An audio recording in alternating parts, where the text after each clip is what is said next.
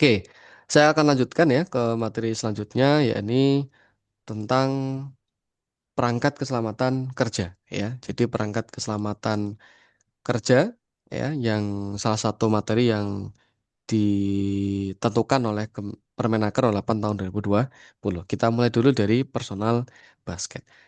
Jadi perangkat keselamatan kerja dan APD itu nanti APD-nya kalau ada waktu nanti juga disampaikan. Nah, kalau perangkat keselamatan kerja itu untuk alatnya, kalau APD itu untuk orangnya ya. Jadi kalau perangkat keselamatan kerja untuk keselamatan alatnya ya, dan kalau APD untuk orangnya, pelindung orangnya. Nah, perangkat keselamatan kerja itu apa gitu ya? Atau disebut dengan safety device. Ya. Perangkat keselamatan kerja secara pengertian adalah peralatan yang dipasang ya secara permanen tentunya oleh pabrikasi ya, yang tujuannya adalah supaya bahaya-bahaya yang ditimbulkan ya, bahaya-bahaya yang mungkin ditimbulkan saat mengoperasikan oleh alat tersebut itu bisa dikendalikan. Itu bisa diminimalisir oleh alat tersebut. Sehingga apa? Sehingga mencegah terjadinya kecelakaan kerja, melindungi operator, melindungi orang sekitarnya. Tapi biasanya yang terpasang oleh pabrikasi itu ya kondisi secara umum. Artinya bahaya-bahaya yang mungkin ada secara umum ya. Nah, sedangkan kalau di lapangan bahayanya ini bisa bermacam-macam. Sehingga safety device itu bisa jadi kita perlu penambahan. Kalau dikurangi tidak boleh, tapi kalau menambah pasti gitu ya. Karena kalau dari pabrik itu kadang-kadang tidak cukup mengcover, tidak cukup apa namanya mengcover kebutuhan yang ada di lapangan. Ya. Nah, sehingga di sini kita akan lihat ya, kira-kira kalau dari personal basket ya, kira-kira butuh butuh butuh perangkat apa aja nih ya, sekiranya apa nih yang bisa ditambah ya, apa yang bisa mungkin dipasang ya pada personal basket atau ya yang sudah ada ya, yang selama ini mungkin dihilangkan. Nah, itu harus dikembalikan, harus dipasang kembali. Oke. Nah, pabrik pasti akan memasang ya, karena juga menjadi standar dari beberapa negara ya. Pabrik itu dalam membuat alat juga tidak bisa semaunya sendiri, harus harus memikirkan keselamatan pekerja, memikirkan keselamatan pengguna. Jadi ada aturan yang harus dipenuhi ya, sehingga dalam membuat itu harus sesuai dengan ketentuan. Karena Permenaker ini juga tidak hanya sebatas untuk operator saja, tapi untuk pabrik ya, dari segi pembuatan perancangan ya, pertama perancangan, pembuatan ya, pengoperasian, perawatan itu juga harus sesuai ketentuan Permenaker 8 tahun 2020. Nah, tentunya melindungi nyawa manusia, menghindari kerugian material dan mematuhi regulasi hukum. Ya, nanti kalau di Forklift juga berbeda gitu ya. Pasti berbeda. Kenapa berbeda ya? Karena resikonya berbeda, penggunaannya berbeda, resikonya pasti berbeda. Karena safety device itu dipasang ya, itu untuk melindungi bahaya yang ada ya. Kalau bisa dihilangkan ya dihilangkan ya. Kalau tidak bisa dihilangkan minimal terlindungi. Oke, safety device wajib dipasang pada personal basket karena untuk menjamin ya, tentunya untuk menjamin ya. Nah, salah satu alat ukur untuk menjamin ya salah satu safety device. Kemudian mencegah kecelakaan pasti ya, bisa tercegah, menjaga alat tetap aman, stabil saat dioperasikan, mengurangi resiko akibat kesalahan operasi ya. Misalnya ada safety device yang mendeteksi berat dari beban ya, beban yang diangkat ya. Jadi kalau misalnya bebannya melebihi kapasitas akan terdeteksi. Karena terdeteksi sehingga kita turunkan sehingga kesalahan bisa dikendalikan. Kalau tidak dikendalikan karena tidak tahu, bisa jadi terbalik, terjungkal gitu. Kemudian safety device dipasang untuk memastikan pengangkatan orang tetap aman karena main lift ya untuk orang. Orang tetap aman dan terkendali. Itu deskripsinya ya, nggak perlu panjang lah ya. Nah, contoh-contohnya apa? Ya, contoh-contohnya untuk personal basket apa gitu ya. Pertama ada emergency stop ya. Saya pernah gitu ya ke suatu perusahaan ya, datang ya, kemudian lihat main liftnya, tak saya lihat emergency stopnya yang bawah nggak aktif, yang atas nggak aktif. Ya, itu boleh nggak dioperasikan? Ya, ya seharusnya nggak boleh. Kenapa? Ya, karena emergency stop ini kan difungsikan kondisi darurat. Lah kalau nggak aktif, kalau kondisi darurat gimana? Lompat kan gitu. Kan bahaya ya. Karena saya pernah baca ada kejadian di luar itu ya, di luar negeri, ada orang itu terjepit ya antara antara basket dengan struktur atasnya, katakanlah beton di atasnya. Gara-gara tidak tahu cara menekan tombol emergency stop. Yang di atas itu tidak bisa, yang bawah ada, tapi orang sekitarnya tidak tahu cara menghentikannya. Ya, padahal di bawah ada harusnya. Nah, karena tidak ditekan, akhirnya apa? Akhirnya eh kejepit, akhirnya meninggal dunia. Ya, itu contoh kecil tapi sangat-sangat bermanfaat ya, gitu ya. Jadi emergency stop adalah tombol darurat untuk menghentikan semua operasi manlift secara cepat saat terjadi kondisi berbahaya. Kalau dalam kondisi darurat ya, kondisi darurat dan kadang-kadang kejadiannya sangat cepat, kadang-kadang otak kita kan ngeblank. Kalau ngeblank itu kadang-kadang nyari kontak aja bingung gitu ya. Apalagi cara mematikannya butuh butuh kalian khusus gitu ya. Nah, kan repot ya. Tapi kalau kalau kalau emergency stop ya, menyala gitu ya, warna merah kelihatan langsung kita tekan akan langsung berhenti. Ya. Kadang-kadang di mobil aja beda mobil aja start engine aja bingung ini biasa di kanan di kiri di mana ini ya. Kadang aja bingung. Nah, kalau dalam kondisi darurat udah nggak akan ketekan gitu ya, karena waktu nggak darurat aja kadang-kadang bingung apalagi yang darurat. Ya. Maka wajib harus aktif dan harus diuji setiap sebelum mengoperasikan. Ya, itu hal yang paling krusial dalam pengoperasian yang memang harus selalu aktif. Menghentikan alat saat darurat, mencegah kecelakaan lebih parah, melindungi operator dan orang sekitar, mengurangi kerusakan alat. Kemudian overload ya atau load moment sensor. Jadi ada atau disebut dengan overload protection ya. Jadi kan ada beberapa gini. Ada overload protection hanya hanya memproteksi kalau overload, ada yang plus ada displaynya. Jadi kalau ada displaynya itu ada monitor di situ kita bisa lihat beban yang diangkat berapa, kemudian akan ada peringatan secara visual saat terjadi saat melebihi kapasitas alatnya.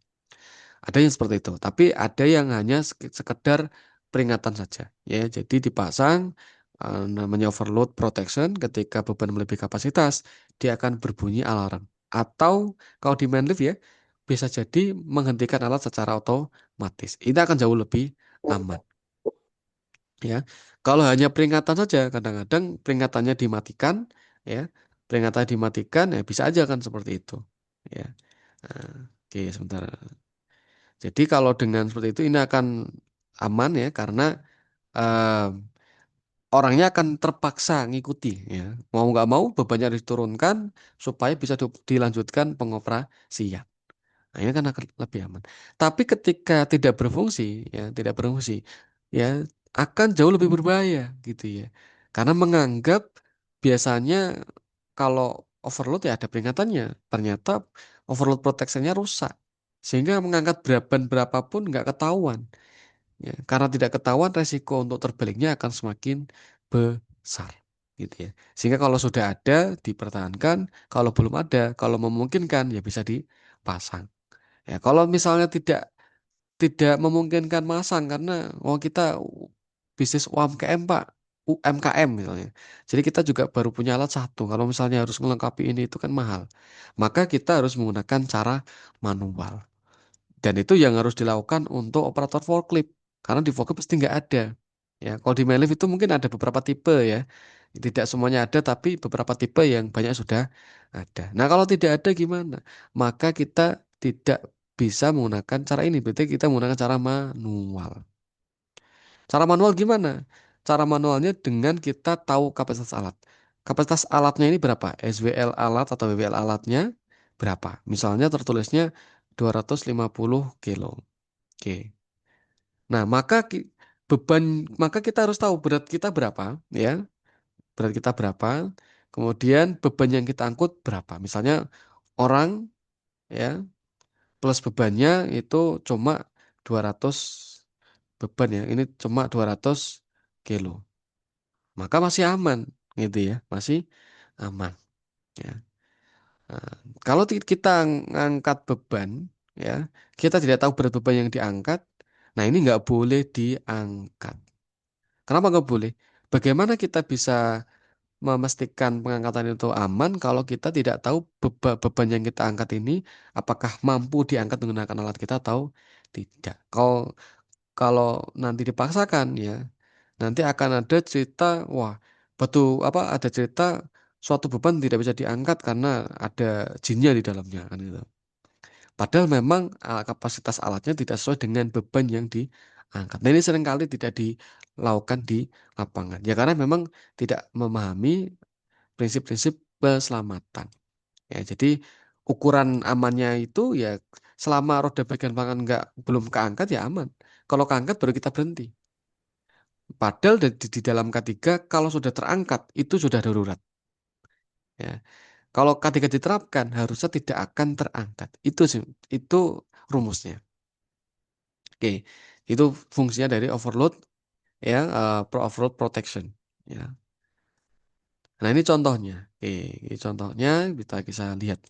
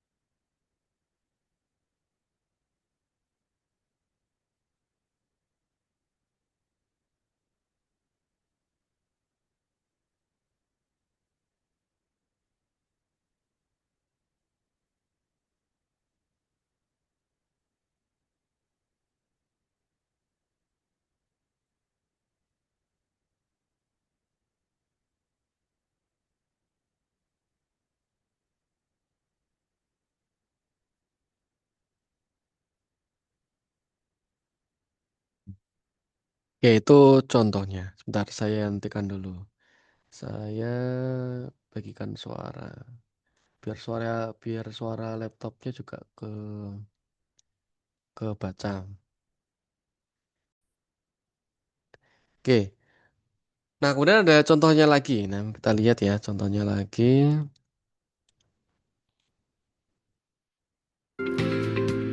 Overload warning. The machine is fitted with an overload protection device that, once activated, will sound an alarm and trigger the red overload indicator light. All functions will be deactivated if the safe working load weight limit is exceeded.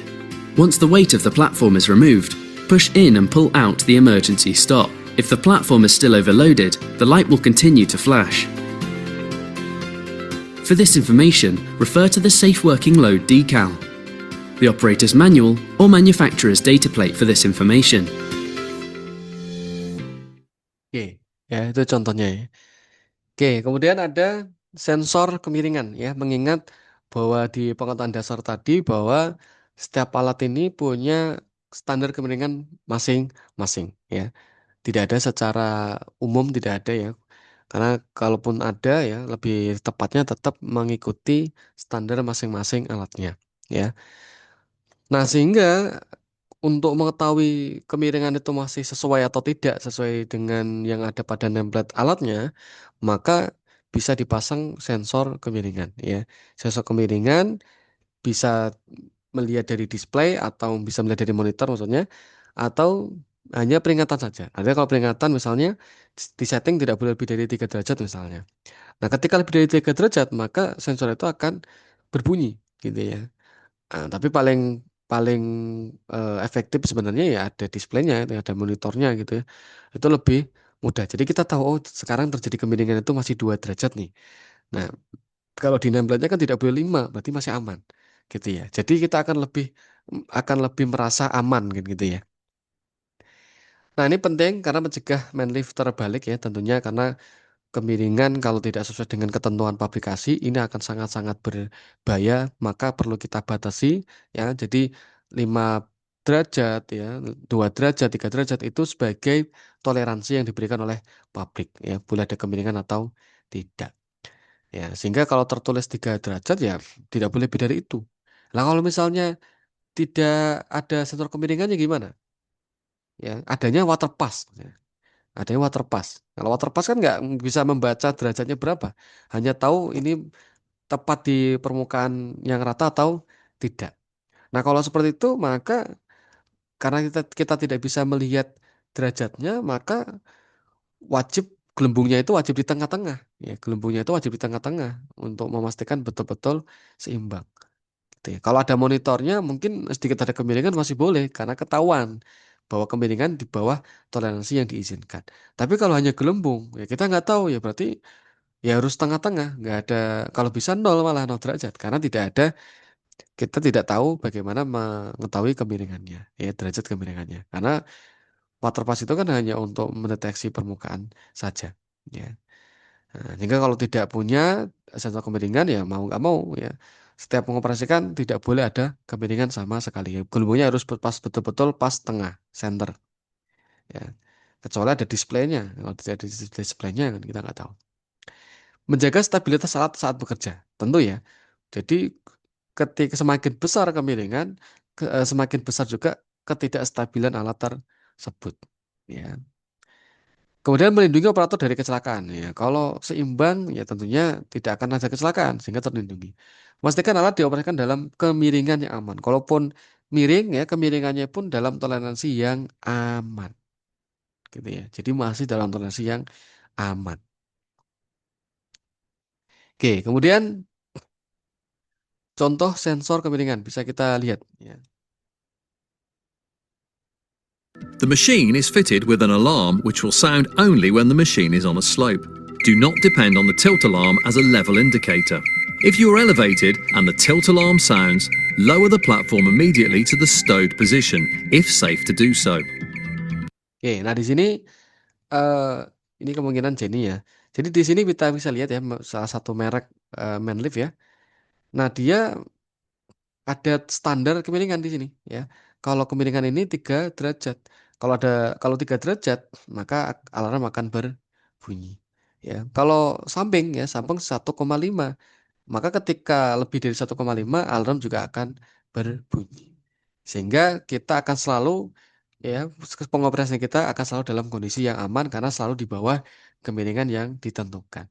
Nah, itu kalau yang ada. Kalau yang nggak ada, ya aman atau enggak ya wallahu alam kadang-kadang gitu. Nah, ini contohnya lagi.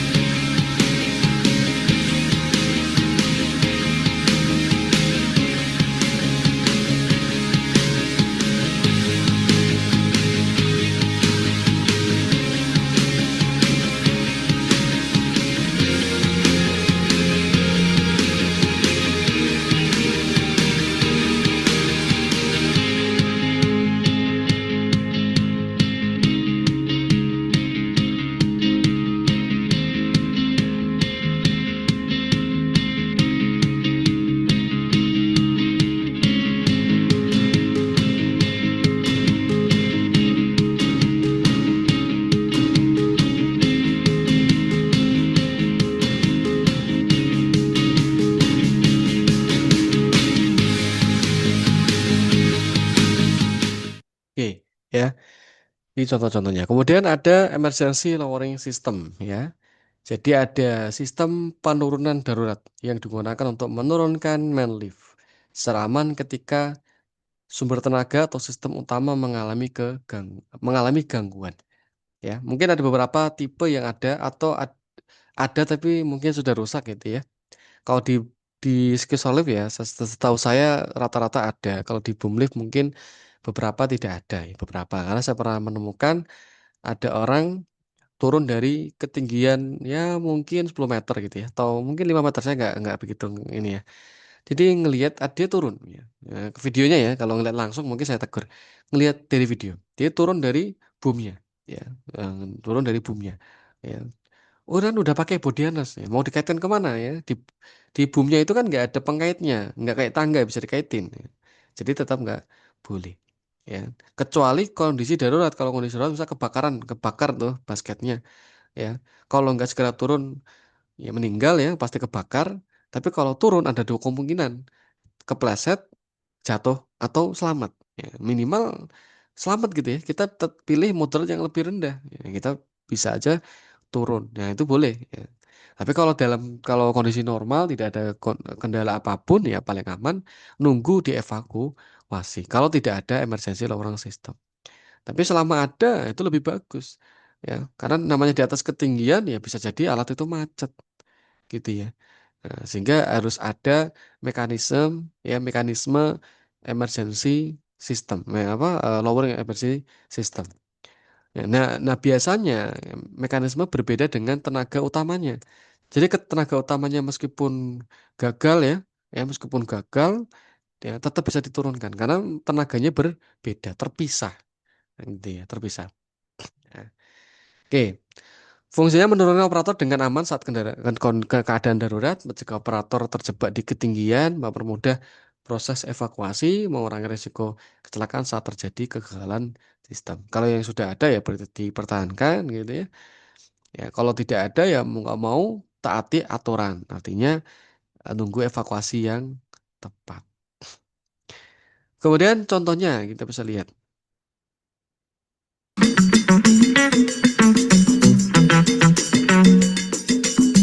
One of the devices you're going to be sure to look for during your pre-operational inspection is your emergency lowering device. Now that should be labeled on your piece of equipment, and it should be visible either on the back of the truck or on the side of the truck. Now, you may not know that until you check around or look inside your operator manual for its position. On this piece of equipment, it's on the back of the truck. And simply start out by raising your platform 3 or 4 feet up in the air, go over to the emergency lowering device, and release the hydraulic pressure. In doing so, you should end up having a safe lowering ability to that piece of equipment, and that's one of the very many things to be looking for during your pre-operational inspection.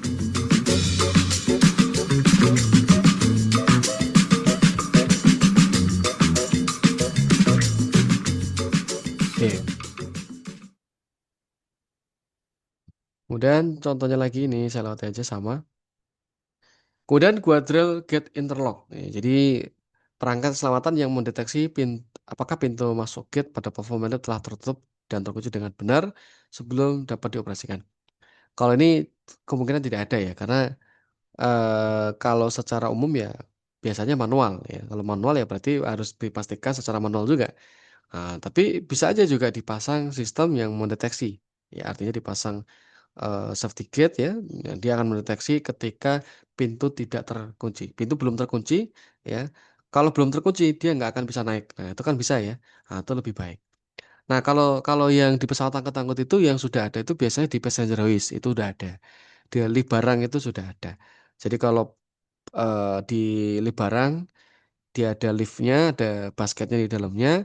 Ketika basketnya di atas, pintu covernya itu tidak akan bisa dibuka, gitu ya. Kalau kalau di atas, dia akan bisa dibuka ketika posisi keranjangnya tepat berada di lantai tersebut. Ya kalau tidak akan berbahaya, orang bisa ketimpa karena ada kejadiannya orang ketimpa. Itu contohnya. Tapi kalau kalau di main lift kemungkinannya tidak sekrusial itu sehingga banyak pabrik-pabrik main lift tidak melengkapi itu, gitu ya. Karena bisa dilakukan secara manual ya. Tapi kalau di lift barang passenger race ya itu sangat krusial biasanya makanya dipasang. Nah, guardrail gate interlock ini tujuannya untuk mencegah penguasaan lift jika pintu belum belum tertutup ya, ya atau terkunci. Nah, tapi biasanya yang saya tahu ya, yang saya sering dapat laporan gitu ya, saya tempat dapat keluhan gitu ya, atau saya sering melihat gitu ya, seringnya bukan soal pintu, biasanya seringnya lupa mengkaitkan body harness, seringnya. Jadi ingatnya udah di atas ketinggian. Padahal kalau jatuh itu ya tidak nunggu di 2 meter, 3 meter, kadang-kadang baru naik 3 meter bisa aja jatuh, kan kita nggak pernah tahu ya. Sehingga kita selalu mengantisipasi ya sebelum pengangkatan ya, sebelum diangkat itu sudah dikaitkan.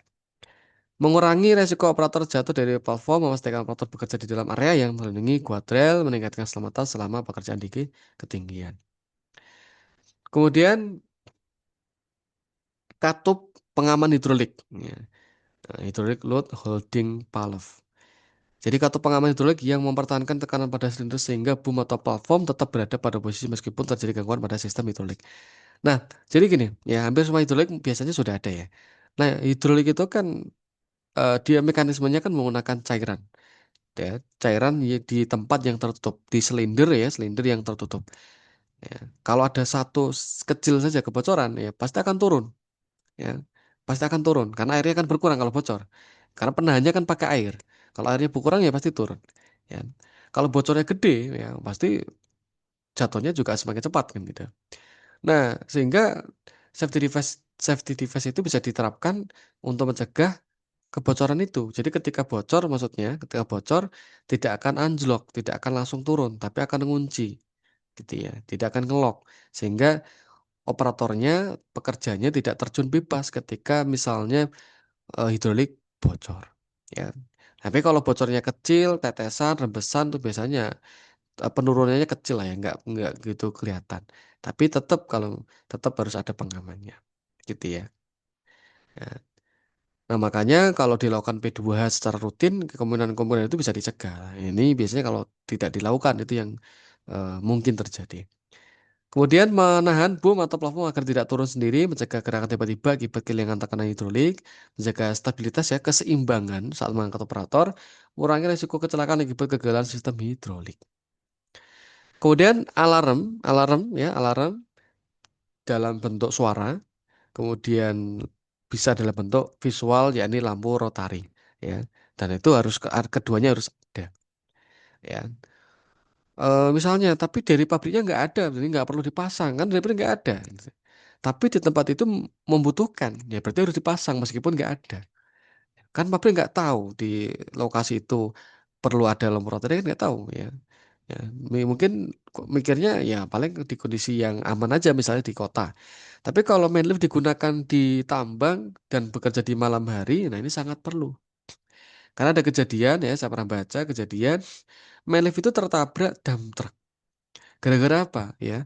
Gara-gara main lift bekerja di malam hari ya, mungkin tipenya katakanlah boom lift lah. Kalau di luar ruangan biasa seringnya kan boom lift lah. Katakanlah boom lift. Ya di kondisi malam hari yang pencahayaannya sangat kurang dan dekat dengan lalu lintas dump truck misalnya. Ya, misalnya benerin penerangan karena memang nggak terang ya, penerangan gitu ya. Nah, supaya terang. Nah, kemudian ada dump truck yang mungkin tidak cukup melihat ya, pencahayaannya kurang, tidak cukup melihat kalau hanya dari lampunya dump trucknya aja jarak pandangnya sangat dekat ya. Karena sangat dekat dan main leaf-nya tidak terlihat juga ya, tidak ada lampu rotarinya, kelihatan ketika sudah dekat sehingga ketika ngerem tidak sempat. Karena tidak sempat akhirnya apa? Tertabrak. Kalau main leaf tertabrak apa yang terjadi? Terguling. Kalau terguling mau kita pakai body harness, kita tetap akan jatuh, gitu ya. Nah, itu hal kecil gara-gara tidak ada lampu rotarinya. Nah, kemudian alarm suara ya. Suara itu tentunya untuk memperingatkan sekitar supaya tidak tertabrak ya. Tertabrak basketnya misalnya kalau dioperasikan dari bawah gitu ya, di apa basketnya di bawah gitu ya. Gitu. Nah, jadi hal kecil itu bisa terjadi bisa fatal kalau tidak dilakukan. Kemudian Ditman control ya. Ditman control ya kalau di Boomlab biasanya ya itu ada tombol khusus ya. Untuk mengoperasikan harus dipencet. Oh ribet Pak. Jadi tombolnya di atas udah ada masih ada dipencet pakai kaki. Nah, itu sebenarnya tujuan untuk keselamatan. Tujuan keselamatan gimana ya? Kalau tombol tuasnya itu kan kecil biasanya ya. Nah itu kalau misalnya kesenggol kan bahaya. Ya jadi menghindari kondisi tuas itu tersenggol gitu ya. Nah, jadi dioperasikan bisa dioperasikan ketika kita betul-betul ingin mengoperasikan. Ketika kita fokus mengoperasikan. Fokusnya di apa? Ditandai dengan kita nekan tombol ditman kontrolnya di bawah gitu ya. Nah, kalau nggak ada ya, rentan kesenggol misalnya. Itu kan akan bisa berbahaya. Senggol ke kanan, ke kanan ada orang misalnya, kan bahaya. Tapi ketika dalam kondisi fokus, kita akan ngecek dulu kanan kosong, kiri kosong, atas aman ya. Kalaupun ada halangan-halangan dalam jarak 3 meter misalnya, kita punya antisipasi. Nah, kalau tiba-tiba kesenggol, kita tidak ada waktu antisipasi, tiba-tiba udah terjadi kecelakaan, misalnya terjepit. Nah, gitu ya. Jadi kalaupun ada ya harus difungsikan. Jangan mau ribet ini. Nah, kadang-kadang kan gitu. Jadi kadang-kadang safety device sengaja tidak dipasang karena dianggap ribet. Kalaupun nggak ada, kerjaan tetap bisa berjalan kok, Pak. Gitu ya. Padahal kalau celaka nggak akan bisa berjalan. Ya, seringkali diabaikan. Ya. Makanya ada materi khusus tentang safety device ini supaya ya masalah ini bisa selesai gitu ya. Karena di lapangan sering gitu ya. Saya waktu nguji vibrator ruler di lapangan ya, saya tanya Pak, ini alarm mundur di mana? Ada itu Pak. Lah kok nggak berbunyi? Ya Pak, ada tapi nggak dipasang. Gitu ya. Saya cek di P2-nya. Ya rutin tuh dilakukan P2 setiap harinya. Tapi saya lihat dari dari dari dari satu garis sebelum-sebelumnya ya alarm itu selalu kosong, tapi selalu lolos, nggak pernah diperbaiki. Padahal jelas itu nggak ada, tapi selalu kosong. Kemudian dari teknisi bilang, iya Pak orang nggak ngaruh juga, kalaupun nggak ada juga nggak ngaruh. Ini cuma aksesoris doang. Nah itu ya pemahamannya udah salah ya. Padahal ada kejadian orang kelindes vibro itu ada. Ya, meskipun tidak ada beritanya, tapi saya pernah mendengarkan dari orang yang pernah melihat, tapi nggak akan sebut di mananya, ya, gitu ya. Ya, jadi ada kejadian seperti itu. Ya, bisa jadi karena tidak ada peringatannya tadi. Ya. Kemudian sistem anti tabrak. Ya, di Melip bisa perlu bisa tidak ya, tergantung. Ya, kalau memang perlu kalau memang potensi tabrakannya sangat tinggi ya mungkin dipasang. Tapi kalau cukup dengan pembatasan area, misalnya pembatasan area kan hanya di bawah. Ya, ya buat bagaimana yang di bawah bisa mewakili atas misalnya. Ya, atas kan kanan kirinya. Kalau atasnya tetap nggak bisa. Ya, itu kan bisa dilakukan. Ya, mungkin kalau yang seperti itu nggak perlu anti tabrak. Tapi kalau untuk forklift, ya di di di dalam gudang, di dalam ruangan, ya lalu lalang orang banyak, ya persimpangan banyak, gitu ya.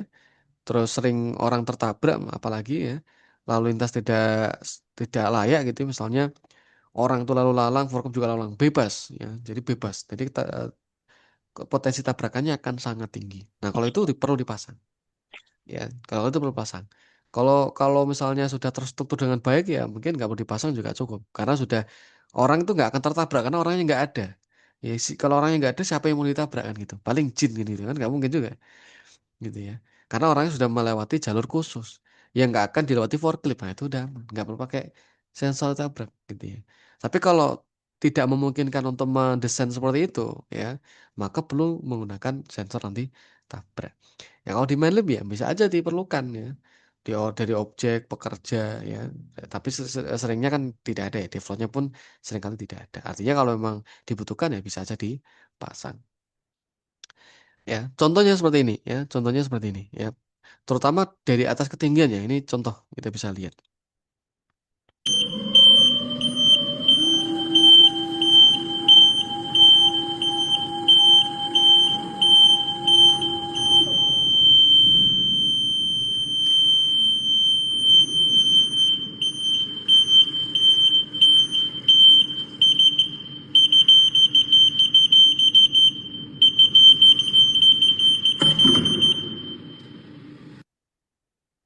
Oke. Nah, itu contohnya ya. Mungkin kalau seperti ini diperlukan gitu ya. Kalau untuk pekerjaan di ketinggian ya, ya ada risiko terjepit atas ya, mungkin sangat diperlukan gitu ya.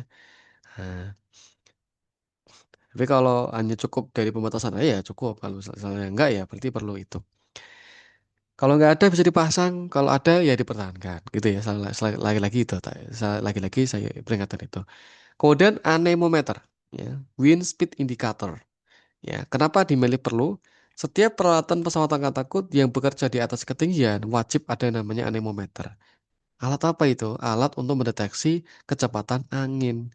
Kalau bekerja bekerja di luar ruangan, terus ada potensi angin, ya, angin puting beliung misalnya, angin gitu ya. Maka kita harus berhenti ketika kondisi angin yang sudah tidak memungkinkan. Di Indonesia sendiri tidak boleh lebih dari 32 km per jam atau sesuai alatnya. Kalau dari aturan alatnya biasanya kurang lebih 48 km per jam. Nah, tapi menggunakan Permenaker juga ya aman juga karena di Permenaker kan hanya 32 kan lebih kecil lebih aman harusnya gitu ya. Nah, kalau kalau tidak nanti seperti yang ada kejadian di Mekah waktu itu, yaitu ada crawler crane, tower crane ya, itu pada berjatuhan gara-gara angin puting beliung. Ya angin lah, itu saya nggak tahu namanya angin apa ya, angin topan kali ya. Ya, jadi karena di bawah banyak aktivitas orang di bawahnya, kemudian tower crane kan di atas ketinggian memberikan di atas ketinggian ya kena angin, akhirnya tumbang, akhirnya banyak korban jiwa di sana, gitu ya.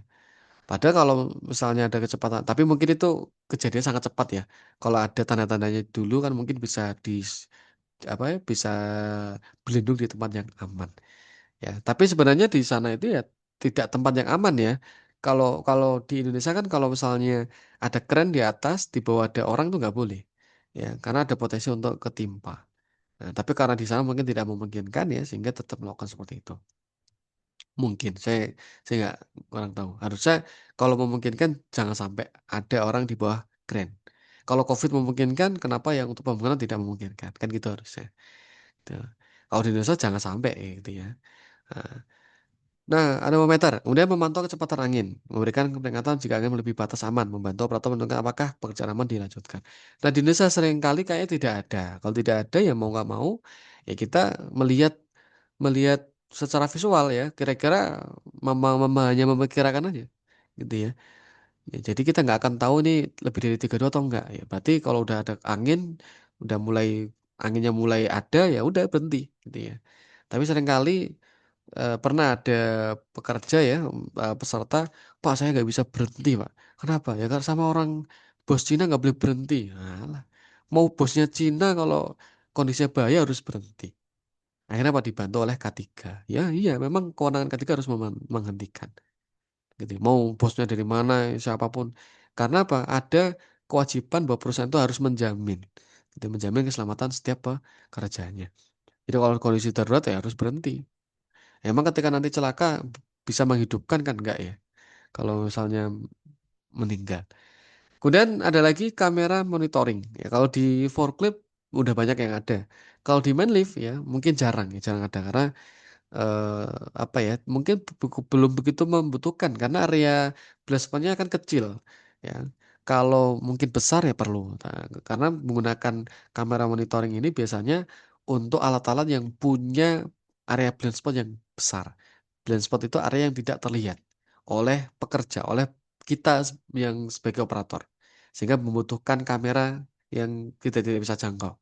Gitu. Bisa kamera, bisa orang ya. Artinya kalau kamera ya berarti duitnya banyak ya, bisa beli gitu ya.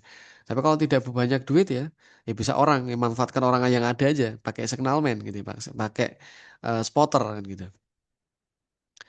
Kemudian alat komunikasi ini kalau menggunakan apa namanya? Kalau menggunakan signalman atau spotter ya, kalau di keran jari ger ya, ya berarti perlu radio ya, komunikasi dua arah gitu ya.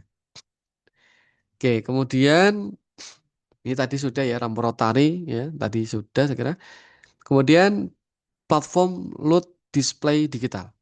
Ya, ada yang hanya sekedar sekedar overload protection ya, artinya dia akan membatasi ketika bebannya melebihi kapasitas. Ada yang plus displaynya seperti ini. Ya, kalau ada display seperti ini kan enak. Wah, ini maksimalnya kan 250, yang terangkat baru 150. Jadi kita bisa ngira-ngira. Ya, oh ini sudah 230, udah deh, udah mendekati gitu. Nggak nunggu overload sehingga karena kita tahu gitu ya. Nah, itu akan memudahkan teman-teman operator, teman-teman pekerja dalam menghindari kecelakaan. Ya, maka kalau kalau tidak ada gimana ya? Tadi harus manual. Ya, mau manlift mau forklift juga sama. Kalau di forklift sering kali nggak ada. Kalau ada itu lebih memudahkan. Nah, kemudian apar. Ya, aparnya harusnya di dalam ya. Itu memang gambarnya aja yang salah. Aparnya ya apar gitu ya. Ya, kalau di luar kan ngambilnya susah soalnya. Kalau di atas ketinggian kan susah. Jadi harus di dalam. Oke, pentingnya APAR. Jadi APAR itu diatur di Permenaker itu bahwa setiap peralatan pesawat angkatan itu wajib ada APARnya. Ya, kenapa? Ya alat itu pasti ada kemungkinan kebakar. Ya, Jadi APAR ini tujuannya untuk memadamkan kebakaran pada tahap awal, mengurangi risiko kebakaran, melindungi operator dan pekerja di sekitar, meminimalkan kerusakan pada main lift dan aset, mendukung penanganan keadaan darurat dengan cepat. Daripada nanti kalau tidak punya APAR, main liftnya terbakar, larilah ke pom bensin. Nah, pinjam pom bensin pasti nggak boleh, gitu ya. Pasti nggak boleh, karena pernah ada kejadian, ya. Jadi ada motor kebakaran di pom bensin, pakai APAR nggak boleh karena APARnya mahal. Ya lebih mahal kalau pomnya kebakar ini, ya. Nah itu pernah ada kejadian, ya. Jadi ya, jadi pastikan punya sendiri-sendiri, ya. Kalau belum ada, ajukan, gitu ya. Nah, apalagi gini, apalagi alat-alat yang menggunakan baterai. Alat-alat yang menggunakan baterai ini resikonya sangat besar. Ya, alat-alat yang menggunakan tenaga motor listrik ya, kalau motor listrik kan pasti tenaganya, dayanya kan dari baterai, ya, baterai. Ya. Nah, baterai ini kan material litium ya, litium. Nah, litium ini kan sangat-sangat berbahaya kalau sudah terbakar. Kenapa? Tidak bisa dipadamkan hanya menggunakan apar biasa. Makanya di Teradon itu ya banyak korban ya karena memang yang terbakar baterai. Jadi pemadaman mungkin butuh waktu cukup lama atau mungkin hanya diisolasi aja. Ya, nggak bisa dipadamkan. Jadi dibiarkan sampai padam sendiri. Jadi isolasi saja kan bisa gitu ya. Makanya waktu itu yang dipenjara adalah pimpinannya karena dianggap lalai tidak menerapkan K3. Ya, apalagi ya sehingga kalau untuk main lift yang menggunakan lithium, baterai ya, terus apa namanya forklift juga ya, forklift juga gitu ya.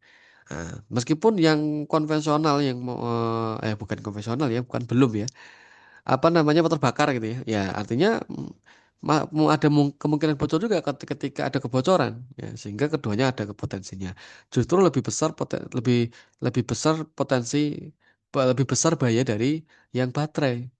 Kayak kalau bahan bakar ya, bahan bakar bocor, kebakar, kita padam apar, padam. Yang penting aparnya nggak expired. Karena kemarin waktu saya dampingin pemadam, ya, itu aparnya expired.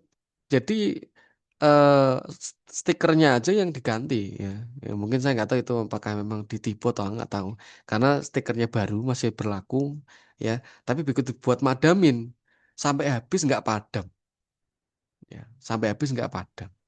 Ya karena kan ketahuan karena praktek praktek pemadaman api, ya pemadaman api, praktek damkar di gitu ya. Jadi ketahuan akhirnya. Oh, itu vendornya pasti kena tuh. Ya, jadi kalau bohong itu akan dengan sendiri kebongkar dengan hal yang mungkin kita nggak ketahui gitu ya. Jadi sampai aparnya habis nggak padam, sampai 3 apar nggak padam. Itu kalau aparnya nggak sesuai itulah yang kemudian berbahayanya. Ya. Nah kalau kebakaran beneran itu untung masih masih praktek ya simulasi aja. Wah, gitu ya. Apalagi yang lithium, yang upper yang biasa aja nggak padam, apalagi yang expired. Nah, upper itu ada expirednya, ya. Biasanya ada tulisannya di situ ya. Ya, jadi kalau udah expired harus diganti. Karena kalau udah expired ya serbuknya itu nggak akan bisa madamin lagi gitu ya. Oke, kita bisa lihat kalau bahaya baterai tidak bisa dipadamkan. Nah, ini kita lihat di baterainya sudah mulai terbakar. Tembak powder. Jadi kalau baterai lithium terbakar tuh seperti itu, ya, apinya besar sekali. Oke. Dan menggunakan powder pemadam kebakaran biasa, Powder tidak bisa memadamkan ya. terasa Nah ini panas, dengan LFP kita. ya. Jadi baterai listrik Tembak. kalau kebakar tuh kayak gini tuh. Oke. Nah, itu tadi menggunakan apar biasa nggak padam, itu padam tadi menggunakan apar khusus. Jadi apar namanya lithium fire killer. Nah, ini tadi ya aparnya khusus baru bisa padam. Kalau apar biasa nggak akan bisa padam. Nah, kita bisa lihat ya.